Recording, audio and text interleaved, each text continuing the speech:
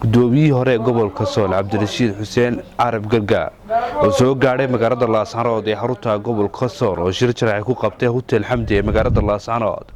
ayaa fariin u diray bulshada ku nool gobolka Sool ugu baaqay inay qaataan kaadhka diiwaangelinta codbixinta doorashooyinka Soomaaliland. Ilaahay baa mahadlena nabad keenay aniga iyo saaxiibo kale ila socodsaa ka shalay baa magaalada Hargeysa safar kaga nimi. ilaahay saakana nabad keenay Laascaanood iyo xarunta degmada Laascaanood safarkaygu wuxuu ku saleystaan safarkaygu aniga gaar ahaan wuxuu ku saleystaa fariinta diiwaangelinta inay dadkiis diiwaangeliyaan tii hore la ogeyn hawshii aynu galay maanta haddii jaaniskii mar labaad la helay halkan markaa ujeedada aan idinku yeeray rabaa inaad fariinta dadka ugu gudbisaan waxa weeye dadku inay helaan fariinta cid kastoo mas'uula cid kastoo xogogaal oo cid kastoo siyaasi gobolka soo jeeda diiwaangelinta waa timir hore aynu galay nambarkii galay waynu garanaynaa ee yaraa nambar aad u yar buu ahaa maanta waxay leedahay mahadiya jaaniska mar labaad hadduu ina soo maray in dadkiis diiwaangeliyaan degmadan iyo guud ahaan gobolka marka hore waxaan ku boorinayaa dadku inay kaarka qaataan kaarkaasi waa codkoodii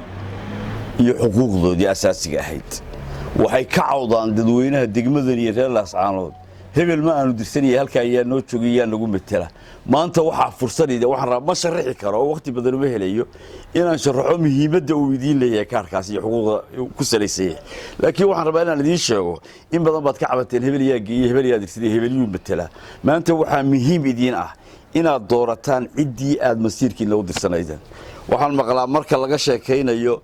reeraha iyo qabaa'ilka iyo marka dhulkan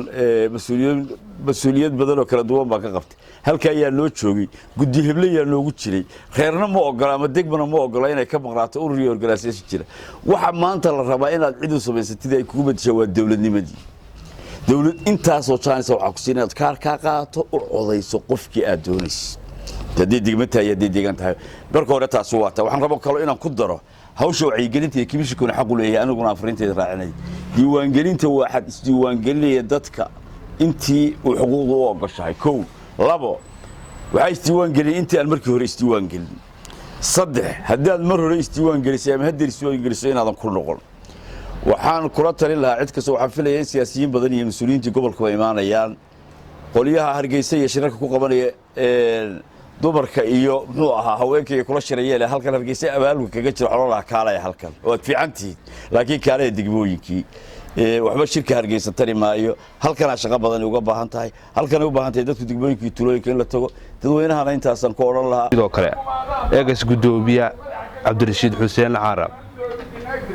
waxa uu ku dhawaaqay inuu yahay musharax u taagan golaha wakiilada Soomaaliland bari horiyaan sheego horta deqoriyaha hadda meelaha ka sheego yiraahda intay musharaxnimadii iyo gudoomiyihii dhaafeen baarlamaankii hadda gudoomiyayaal sheegto Hargeysa kaga dhawaaqa